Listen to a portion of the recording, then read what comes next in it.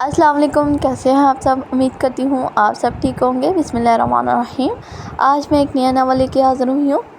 امید کرتی ہوں آپ سب کو اچھا لگے گا and please like share subscribe کیجیے، اور ہاں، سب سے ضروری بات، آپ کمنٹ لاسٹ میں کیجیے تاکہ مجھے پتہ لگ سکے کہ آپ کو اچھے لگ رہے ہیں کہ نہیں novel. Thank you so much. Novel name Jannat ke پتے، رائٹر نیم نمرہ احمد، کس نمبر 1۔ لیپ ٹاپ تکیے پر رکھا ہوا تھا، وہ سامنے کونیا کے بل اوندھی لیٹی ہوئی تھی۔ اسکرین کی روشنی اس کے چہرے کو چمکا رہی تھی۔ وہ تھوڑی تلے ہتھیلی رکھے دوسرے ہاتھ کی ایک انگلی لیپ ٹاپ کے ٹچ پیڈ پر پھیر رہی تھی۔ لمبے سیدھے سیاہ بال پر پڑے تھے۔ اس کی آنکھیں بھی ویسی ہی تھی، سیاہ بڑی بڑی آنکھیں کہ چاندنی جیسی چمک تھی، اور چہرہ ملائی کا بنا لگتا تھا، سفید، صاف اور چکنا سا۔ اور وہ اسی مگن انداز میں اسکرین پر نظریں مرکوز کے ٹچ پیڈ پر انگلی پھیر رہی تھی۔ ایک کلک کے بعد کوئی صفحہ کھلا تو اس کی متحرک انگلی رک گئی۔ اسکرین پر جمی آنکھوں میں زیر تفکر ابھرا، اور پھر بے چینی۔ اس نے جلدی دو تین بٹن دباتے لوڈنگ اگلے صفحے کے لوڈ ہونے کے انتظار کرتے ہوئے اسی مضطرب انداز میں اس نے انگلی سے چہرے کی دائیں طرف سے پھسلتی لٹیں پیچھے کیں۔ چند سیکنڈ میں صفحہ لوڈ ہو گیا۔ وہ بے چین ہو کر چہرہ اسکرین کے قریب لائی تو اس کے بالوں کی چند لٹیں پھسل کر پھر چہرے کے سامنے آ گئی۔ جیسے جیسے وہ پڑھتی گئی، اس کی آنکھیں حیرت سے پھیلتی گئیں، لب ذرا سے کھل گئے، اور پورا وجود بے یقینی میں ڈوب گیا۔ ڈھیر سارے لمحے لگے تھے اس کو خود کو یقین دلانے میں جو وہ پڑھ رہی تھی بلکہ سچ ہے۔ اور جیسے ہی اس کے ذہن نے یقین کی دھرتی کو چھوا اور ایک جھٹکے سے اٹھ بیٹھی۔ اس کا فون سائیڈ ٹیبل پر رکھا تھا۔ اس نے ہاتھ بڑھا کر سیل اٹھایا اور جلدی کوئی نمبر ڈائل کیا۔ رات کی مقدس خاموشی میں بٹنوں کی آواز نے ذرا ارتعاش پیدا کیا۔ اس نے فون کان سے لگایا، دوسری طرف بیل جا رہی تھی۔ ہیلو زارا۔ شاید رابطہ مل گیا تھا، تب بھی وہ بے حد شوقی سے چہکی، کیسی ہو؟ سو تو نہیں گئی تھی؟ دوسری طرف اس کی دوست کچھ کہہ رہی تھی۔ وہ لمحے بھر کو سننے کے لیے رکی اور پھر ہنس پڑی۔ ساری بات چھوڑو، میرے پاس جو بڑی خبر ہے وہ سنو، اس نے عادتاً اپنے بالوں کی لٹ کو انگلی سے لپیٹتے ہوئے کہا۔ تم یقین نہیں کرو گی، میں جانتی ہوں۔ ارے نہیں یار، دلاور بائی کی شادی کے بارے میں نہیں ہے۔ دوسری طرف زارا نے کچھ کہا تو اس نے فوراً تردید کی۔ بلکہ تم ایسا کرو، گیس کرو میں تمہیں کیا بتانے والی ہوں۔ اس نے ایک ہاتھ سے لیپ ٹاپ سائیڈ پر کیا اور تکیہ نکال کر بیک گراؤنڈ سے ٹیک لگا کر کہا۔ پھر اس نے ٹیک لگا کر پاؤں سیدھے کر لیے، ساتھ وہ زارا کے اندازوں کی تردید بھی کی جا رہی تھی۔ نہیں، بالکل نہیں، ایسا تو بالکل بھی نہیں۔ ارے میری شادی بھی نہیں ہو رہی، جی نہیں، ارم کے بھی نہیں ہو رہی۔ سیریسلی زارا، تمہاری سوچ بس یہی تک ہے؟ اب کان کھول کر سنو تم، وہ میوس ایکسچینج پروگرام یاد ہے جس کے لیے ہم نے اپلائی کیا تھا؟ Can you believe it Zara? European union نے مجھے اسکالرشپ کے لیے سلیکٹ کیا ہے۔ دوسری جانب زارا اتنی زور سے چیخی کہ موبائل کا اسپیکر بینڈ ہونے کے باوجود بھی اس کی چیخ پورے کمرے میں گونجی تھی۔ بلکہ سچ کہہ رہی ہوں زارا، ابھی 15 منٹ پہلے مجھے یونیورسٹی کی میل ملی ہے۔ اور ساتھ ہی پرے لیپ ٹاپ کا رخ اپنی طرف موڑ کر دوبارہ غور سے اسکرین کو دیکھا، جہاں 15 منٹ پہلے ہی سلیکشن میل آئی ہے۔ تم بھی فوراً چیک کرو، تم نے بھی اپلائی کیا تھا، تمہیں بھی میل آئی ہوگی۔ وہ فون ایک ہاتھ میں پکڑ کر دوسرے ہاتھ سے لیپ ٹاپ آف کر رہی تھی۔ لیپ ٹاپ کی اسکرین پر اندھیرا ہوا تو اس نے ہاتھ بڑھا کر اسکرین کو بند کیا اور سائیڈ ٹیبل پر رکھ دیا، جہاں میں نے سبانچی کو نیٹ پر دیکھا ہے۔ بہت ہی خوبصورت یونیورسٹی ہے، مگر وہ تھوڑی دیر کو خاموش ہو گئی۔ دوسری طرف سے استفسار پر وہ پھر سے بولی تھی، بس ایک چھوٹا سا مسئلہ ہے، ہم اپنی فیملیز کو اس کے بارے میں نہیں بتائیں گے۔ دھیمی آواز میں بولتے ہوئے اس نے بند دروازے کو دیکھا۔ دراصل سانجیمی لڑکیوں کے ہار اسکارف پر پابندی ہے، ادھر سر ڈھکنا منع ہے۔ گھر والوں کو بتا کر متفکر کرنے کے بجائے اس بات کو گول کر جانا۔ ویسے بھی ہم دونوں ہی اسکارف نہیں لیتی۔ اس پل کھڑکی کے باہر کچھ کھڑکا تھا۔ وہ چونک کر دیکھنے لگی۔ قد آدم کھڑکیوں کے آگے بھاری پردے گرے ہوئے تھے، البتہ پیچھے جالیاں کھلی ہوئی تھیں۔ شاید اس کا وہم تھا۔ وہ سر جھٹک کر فون کی طرف متوجہ ہو گئی۔ ابا نے مجھے کبھی اسکارف لینے یا سر ڈھکنے پر مجبور نہیں کیا، تھینک گاڈ۔ ہاں، ارم گھر کے باہر اسکارف لیتی ہے۔ اس کے ابو تو تیور فرقان کچھ سکتے ہیں نا۔ پھر وہ بیڈ سے ٹیک لگاتے ہوئے نیم دراز ہو کر بتانے لگی، پرمیشن کا تو کوئی مسئلہ نہیں ہے۔ ابا اسپین جانے کی اجازت نہ دیتے، مگر ترکی میں سبین کی پھوپھو رہتی ہیں تو وہ مان گئے تھے۔ ویسے بھی انہیں اپنی بیٹی پر پورا بھروسہ ہے۔ پھر وہ چند لمحے اپنی دوست کی باتیں سنتی رہی۔ زہرا خاموش ہوئی تو اس نے پھر نفی میں سر ہلایا۔ کل نہیں، داؤر بائی کی مہندی کل ہے، تم آ رہی ہو نا؟ اور ہاں، میں اور ارم لہنگا پہن رہے ہیں۔ سارے کزنز بہت ایکسائٹیڈ ہیں، خاندان کی پہلی شادی ہے نا۔ اوکے، اب تم جا کر میل چیک کرو، میں بھی سوتی ہوں، رات بہت ہو گئی ہے۔ الوداعی کلمات بولنے کے بعد اس نے فون تکیے پر اچھال دیا، پھر جانے کے لیے اٹھ کھڑی ہوئی۔ باہر لاؤنج خاموشی میں ڈوبا ہوا تھا۔ حیا نے آہستہ سے اپنے کمرے کا دروازہ بند کیا، ننگے پاؤں چلتے لاؤنج سے کچن میں آئی۔ سیاہ قمیض اور کھلے ٹراؤزر میں اس کا قد اور بھی دراز لگ رہا تھا۔ کچن میں اندھیرا پھیلا ہوا تھا۔ وہ دروازے پر رکی اور ہاتھ بڑھا کر کچن کی لائٹ جلائی۔ ساری بتیاں جل گئی۔ اس نے آگے بڑھ کر فریج کا دروازہ کھولا اور پانی کی بوتل نکالنے کو جھکی۔ جھکنے سے بال پھسل کر سامنے آ گئے۔ حیا نے نرمی سے ان کو پیچھے ہٹایا اور پانی کی بوتل لے کر سیدھی ہوئی۔ کاؤنٹر پر رکھے ریک سے گلاس اٹھایا اور پانی گلاس میں انڈیلنے لگی۔ اس کی نگاہ کاؤنٹر پر رکھی سفید چیز پر پڑی۔ وہ جیسے چونک اٹھی، بوتل وہیں رکھ کر آگے آئی اور وہ سفید آدھ کھلے گلابوں کا بوکے تھا، ساتھ ایک سفید لفافہ بھی تھا۔ حیا نے گلدستہ اٹھایا اور درے سے پاس لا کر آنکھیں موندے اس کو سونگھا۔ دل فریب تازگی بھری مہک اس میں اتر گئی۔ پھول بالکل تازہ تھے، جیسے ابھی توڑے ہوں۔ جانے کون یہاں رکھ گیا؟ اس نے بند لفافہ اٹھایا اور پلٹ کر دیکھا۔ اس کے پتے والی جگہ پر حیا سلمان لکھا ہوا تھا۔ بھیجنے والی کا کوئی پتہ نہیں لکھا تھا، بس کوریئر کی ٹکٹ لگی ہوئی تھی اور ٹکٹ پر ایک روز قبل کی تاریخ لگی ہوئی تھی۔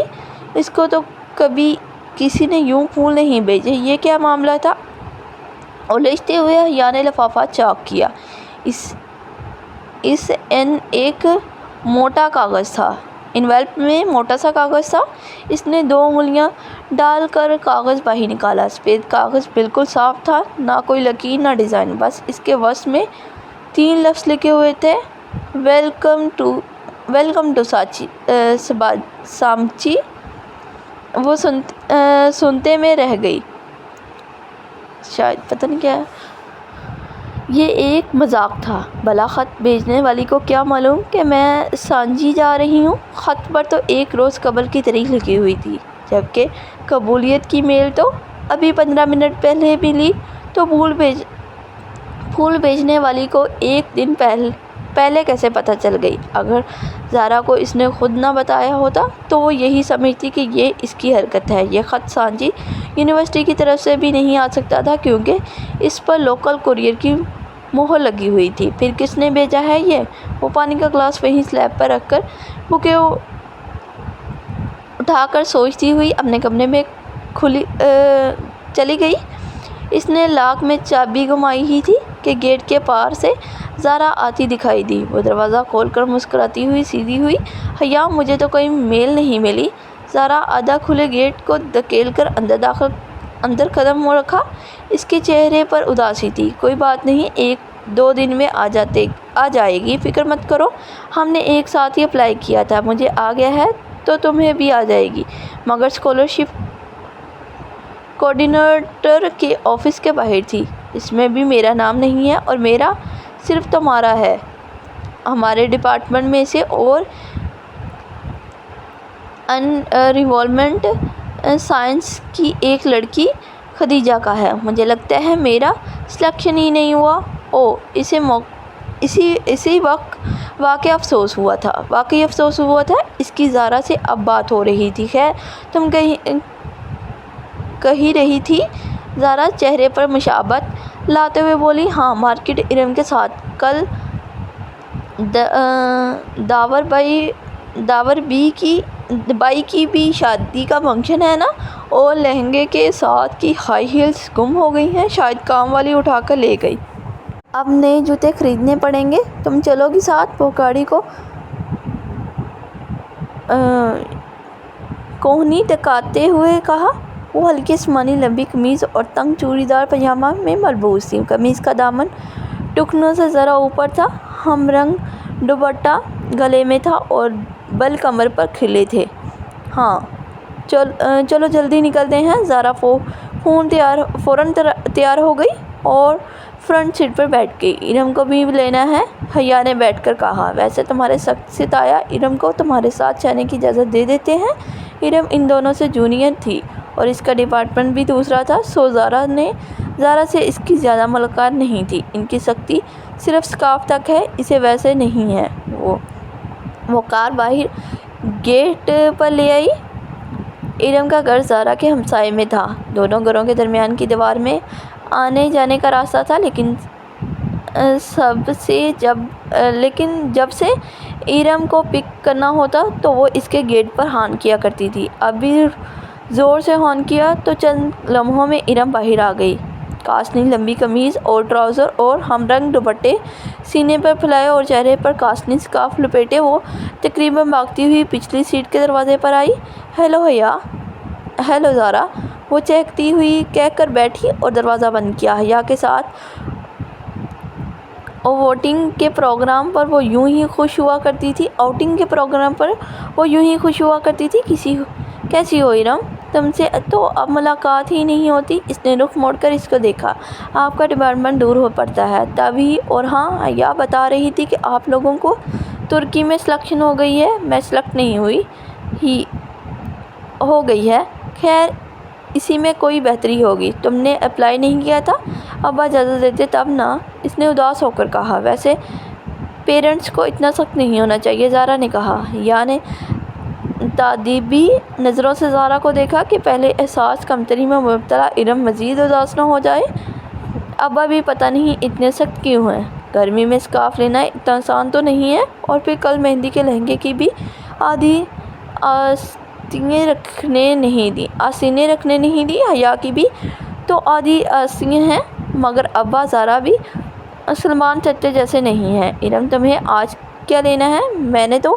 میں نے تو جوتے لینے ہیں۔ اس نے کوفت چھپاتے ہوئے بات کو بدلا۔ ارم ہر وقت یہی روتی رہتی تھی۔ چوڑیاں لینی ہیں، مگر پوری آستین کی بلاؤز کے ساتھ چوڑیاں اچھی کہاں لگیں گی؟ وہ منہ بسورے پھر سے شروع ہونے لگی تو حیا نے کیسٹ پلیئر آن کر دیا۔ عاطف اسلم کا گانا پوری آواز میں گونجنے لگا تو ارم کو چپ ہونا پڑا۔ مارکیٹ پہنچنے کے بعد ارم تو چوڑیاں ڈھونڈنے نکل گئی اور وہ دونوں میٹرو آ گئیں۔ یہ گولڈن والا جو تیسرے نمبر پر رکھا ہے وہ دکھائیں۔ بہت دیر بعد ایک اونچی ہیل اس کی نظر میں جچی تھی۔ یہ والا میم۔ سیلس مین نے جوتا نکال کر اس کے سامنے کیا۔ وہ زمین پر پنجوں کے بل بیٹھا تھا اور وہ دونوں کاؤچ پر بیٹھی تھی۔ پہنا دو میم۔ بہت مؤدب اور سائستہ لہجے میں سیلس مین نے مسکرا کر پوچھا۔ میرے ہاتھ نہیں ٹوٹے ہوئے، میں خود پہن سکتی ہوں۔ جی شیور، یہ لیجیے۔ سیلس مین نے مسکراتے ہوئے جوتا اس کی طرف بڑھایا۔ اس نے اسے یوں پکڑ رکھا تھا کہ پکڑتے وقت حیا کی انگلیاں لازمی اس کے ہاتھ سے مس ہوتی۔ سامنے رکھ دو، میں اٹھا لوں گی۔ اس کو روکھے انداز پر سیلس مین نے گنگناتے ہوئے جوتا سامنے رکھ دیا۔ پھر بل کی ادائیگی کے بعد کاؤنٹر پر کھڑے لڑکے نے بقیہ رقم اس کی طرف بڑھائی تو حیا نے دیکھا کہ پیسوں کے اوپر 5 کا سکہ رکھا ہوا ہے اور لڑکے نے سکہ یوں پکڑ رکھا تھا جیسے سیلس مین نے جوتا۔ شکریہ۔ ہی نوتے کے کنارے سے پکڑ کر کھینچا تو سکہ لڑکے کے ہاتھ میں ہی رہ گیا۔ میم، آپ کا سکہ، لڑکے نے فاتحانہ مسکراتے ہوئے کہا کہ اب تو لازمی پکڑے گی اور یہ سامنے پڑے صدقے کے باکس میں ڈال دو۔ وہ بے نیازی شوپر تھامے پلٹی تو زارا نے بے اختیار کہکا لگایا۔ اس لڑکے کی شکل دیکھنے والی تھی حیا۔ دل کر رہا تھا اس کی شکل پر شاپ میں پڑے سارے جوتے مار دوں۔ پتہ نہیں ہماری ذہنیت کب بدلے گی۔ یوں گھورتے ہوئے بار بار لڑکی دیکھی ہو۔ وہ تنفر سے ناک سکیڑتی غصے سے سیڑھیاں اتر رہی تھی جب قریب سے آواز آئی، تو اتنا بن سور کے باہر مت نکلا کرو بی بی۔ وہ چونک کر آخری سیڑھی پر رک گئی۔ ایک ممر خاتون تھی، بڑی سی چادر لپٹی ہوئی، ناگواری بری نگاہ اس پر ڈال کر وہ اوپر زینے پر چڑھ گئی۔ ایک تو لوگوں کو راہ چلتے تبلیغ کا شوق ہوتا ہے۔ زارا اس کو کوہنی سے تھامے ہوئے وہاں سے آئی۔ تبھی ارم سامنے سے آتی دکھائی دی۔ اس کا سینے پر پھیلا دوپٹہ اب سمٹ کر گلے میں جا چکا تھا۔ اس نے کوئی خاص شاپنگ نہیں کی تھی، شاید وہ اس کے ساتھ صرف آؤٹنگ کے لیے آئی تھی۔ میٹرو سے وہ اس کو بھی چلی آئی تاکہ کچھ کھا پی لے۔ رات کی دعوت تو تایا فرقان کی ہی طرف تھی جو بیٹے کی شادی کے لیے آئے ہوئے لوگوں کو دے رہے تھے۔ میرے لیے پائن ایپل منگوانا، میں ذرا بیکری سے کچھ لے آؤں۔ ارم چپٹ کر باہر کو لپکی۔ حیا نے گہری سانس لیتے ہوئے اپنی سائیڈ کا شیشہ نیچے کیا۔ سرد ہوا کا تھپڑ اندر آیا، مگر اتنی سردی میں سیلش پینے کا اپنا ہی مزہ ہوتا ہے۔ وہ پارکنگ لاٹ میں موجود تھی اور ٹھنڈی ہوا نے سب کو گھیرا ہوا تھا۔ ارم خاصی کمپلیسڈ لگی ہے نا؟ ارم دور ہو گئی تو زارا اس کی طرف مڑی۔ اور تم اس کے کمپلیکس کو ہوا دے رہی ہو؟ وہ الٹا اسی پر خفا ہوئی۔ تایا فرقان صرف کاف کی سختی کرتے ہیں، وہ بس اس بات پر خود ترسی کا شکار ہے اور تم بھی اس کا ساتھ دے رہی ہو۔ میں نے کہا کہ بیچاری نہیں ہے وہ بیچاری، اب اس کو بھی یہی سمجھنا ہے کہ خواہ مخواہ کی خود ترسی سے نکل آئے۔ ویٹر ہاتھ میں کارڈ پکڑے حیا کی طرف آ چکا تھا۔ تمہیں یاد ہے زارا، جب پچھلے سال یونیورسٹی والوں نے ہمیں ترکی کے ٹرپ کی آس دلائی تھی اور آخر میں آ کر سارا پروگرام کینسل کر دیا تھا؟ آرڈر کر کے شیشہ اوپر چڑھا کر وہ یاد کرنے لگی۔ میں تو اتنی مایوس ہو گئی تھی، سوچا بھی نہیں تھا کہ کبھی جا سکوں گی۔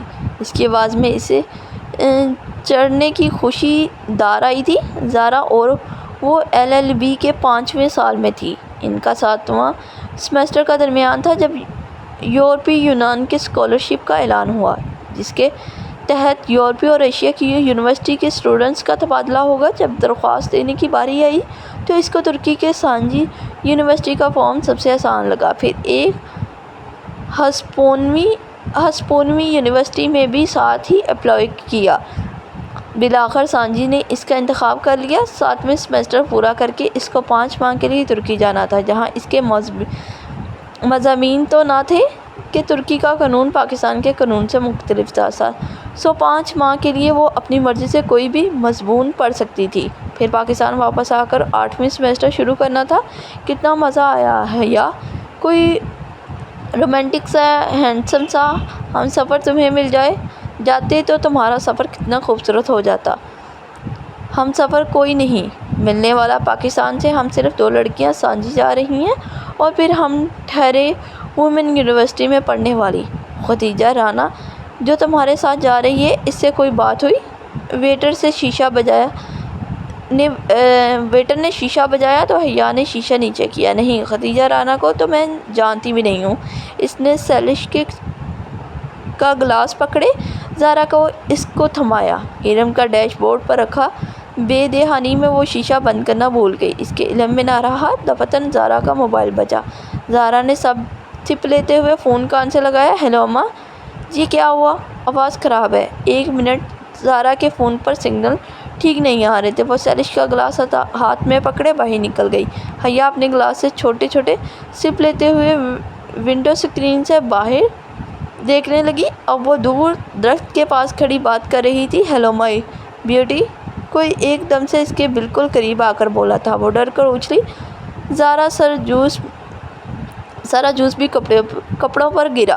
کھلی کھڑکی پر ایک خوبصورت عورت جھکی ہوئی تھی، میک اپ سے بھرا چہرہ، آئی شیڈو سے چمکتی آنکھیں، بڑکتی ہوئی سرخی بالوں کو جوڑا اور چمچم کرتے کپڑے۔ وہ عورت نہیں تھی مگر مرد بھی نہیں تھا۔ ڈرو نہیں سونیو، میں تمہاری دوست ہوں، ڈولی کہتے ہیں مجھے۔ ہٹو جاؤ، وہ گھبرا گئی۔ خواجہ سرا کے وجود سے سستے پرفیوم کی خوشبو اٹھ رہی تھی۔ اسے کراہیت سی آئی۔ اچھا سونیو، ذرا بات کو سنو۔ اس نے اپنا چہرہ اور جھکایا۔ اس سے پہلے کہ وہ آگے بڑھتا، حیا نے سیلش کا بڑا گلاس اس کے منہ پر الٹا دیا۔ ٹھنڈی ٹھار برف منہ پر گری تو وہ بلبلا کر پیچھے ہوا۔ اس نے پھرتی سے شیشہ اوپر کر لیا۔ سنو جی، وہ مسکرا کر چہرہ صاف کرتے ہوئے شیشہ بجانے لگا۔ بند شیشے کی وجہ سے اس کی آواز کم آ رہی تھی۔ اب وہ کوئی گانا گا رہا تھا۔ کپ کپاتے ہاتھوں سے اس نے اگنیشن میں چابی گھمائی اور گاڑی وہاں سے نکال لائی۔ بیکری کے داخلی دروازے کے سامنے کھڑی گاڑی رکی اور پیچھے مڑ کر دیکھا۔ وہ درختوں کے پاس ڈولی نامی خواجہ سرا ابھی تک وہیں کھڑا تھا۔ وہ اس کے پیچھے نہیں آیا تھا۔ اب وہ گا بھی نہیں رہا تھا، بس خاموش گہری نظروں سے اسے دیکھ رہا تھا۔ اسے بے اختیار جھرجھری سی آئی۔ کہاں رہ گئی ہیں دونوں؟ اس نے جھنجھلا کر ہارن پر ہاتھ رکھ دیا، پھر گردن موڑ کر دیکھا۔ وہ ابھی تک اس کو دیکھ رہا تھا۔ ارم اور زارا کو ڈراپ کر کے وہ اپنے کمرے میں آئی۔ ڈنر کا وقت ہونے والا تھا۔ اس نے کپڑے بھی ڈنر کی مناسبت سے پہنے تھے، مگر جوس چھلکنے کی وجہ سے ذرا داغ پڑ گیا تھا۔ اس نے جلدی سے اتنا دوپٹہ دھو کر استری کیا۔ اسے رہ کر وہ خواجہ سرا یاد آ رہا تھا۔ اس برادری کے لوگ اکثر آ کر پیسے مانگتے تھے، مگر ایسی حرکت تو کبھی کسی نے نہیں کی۔ اس خواجہ سرا کی نگاہیں اور انداز اس کو پھر سے جھرجھری آ گئی۔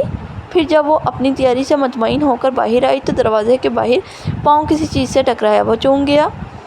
دروازے کے ساتھ فرش پر وہ سفید ادھ کھلے گلابوں کا بوکے پڑا تھا، ساتھ میں ایک بند لفافہ بھی تھا۔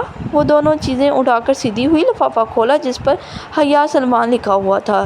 اندر وہی سفید بے ستر چوکر کاغذ تھا۔ اس کے وسط میں اردو میں لکھا تھا، امید کرتا ہوں آپ کا آج کا ڈنر اچھا گزرے گا۔ اس نے لفافہ پلٹ کر دیکھا۔ اس پر اور کچھ نہیں لکھا تھا، بس لفافے پر گزشتہ روز کی مہر لگی تھی۔ یہ کون تھا اور کیوں اسے پھول بھیج رہا تھا؟ وہ خط اور بوکے کمرے میں رکھ کر سارے معاملے سے الجھتی باہر آ گئی۔ تایا فرقان کے گھر خوب چہل پہل تھی۔ سب کزنز لاؤنج میں بیٹھے تھے۔ ایک طرف خواتین کا گروپ خوش گپیوں میں مصروف تھی، مرد حضرات یقیناً ڈرائنگ روم میں تھے۔ اس کے خاندان میں کزنز کی بے تکلفی کو بری نظر سے نہیں دیکھا جاتا تھا۔ تایا فرقان تمام بہن بھائیوں میں بہت سخت تھے اور ان کی سختی صرف ارم کے اسکارف لینے اور گھر سے باہر لڑکوں سے بات کرنے تک تھی۔ ارم اور باقی کزنز بھی گھر کے کزنز کے علاوہ لڑکوں سے بات نہیں کرتی تھی۔ حیا اور ارم تو پڑھتی بھی ویمن یونیورسٹی میں تھی۔ ہاں، دوسرے چچا اور خود سلمان صاحب اپنے بچوں کی شادیاں نیکسٹ گیدرنگ میں کریں گے۔ ان کا خاندان زیادہ بڑا نہیں تھا۔ وہ لوگ 3 بھی اور 1 بہن تھے۔ تایا فرقان سب سے بڑے تھے۔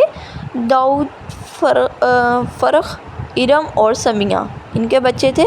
فرخ میڈیکل کر چکا تھا اور آج کل پولی کلینک میں ہاؤس جاب کر رہا تھا اور حیا سے 3 سال بڑا تھا، اور سمیہ فرخ سے سال بھر چھوٹا تھا اور MBA کر کے جاب کر رہا تھا۔ سب سے بڑے داؤد کی شادی ہو رہی تھی۔ فرقان صاحب کے بعد سلمان تھے۔ ان کی ایک ہی بیٹی حیا اور بیٹا روہیل تھا۔ روہیل پڑھائی کے سلسلے میں امریکہ میں ہوتا تھا۔ پھر راہی چاچا تھے۔ ان کی بڑی 2 جڑواں بیٹیاں مہوش اور سہرش تھیں۔ پھر بیٹا رضا انجینئر تھا۔ سب سے چھوٹی بیٹی ثنا A لیول کر رہی تھی اس وقت۔ علاوہ روہیل کے جو امریکہ میں تھا، وہ داؤد کے جو ڈرائنگ روم میں تھا۔ باقی سب کزنز لاؤنج میں بیٹھے تھے۔ لڑکیاں کارپیٹ پر دائرہ بنا کر بیٹھی تھیں۔ ارم ڈھولک بجا رہی تھی۔ اس کا دوپٹہ سر سے ڈھلک کر کندھے پر آ گیا تھا۔ اگر ابھی تایا یہاں آ جاتے تو وہ فوراً دوپٹہ سر پر لے لیتی۔ وہ مہوش سہرش کے ساتھ سر ملا رہی تھی اور لڑکے اوپر صوفے پر بیٹھے ان پر فکرے اچھا رہے تھے۔ ہیلو ایوری ون، وہ سینے پر ہاتھ باندھے چلتی آئی، ان کے قریب آ کر رکی۔ سب کی نظریں اس پر رکی۔ سفید چہرے کے ارد گرد کالے بال اور کاجل سے لبریز آنکھیں۔ وہ تھی ہی اتنی حسین کہ ہار اٹھی نگاہ میں ستائش ابھر آتی۔ حیا کیسی ہو؟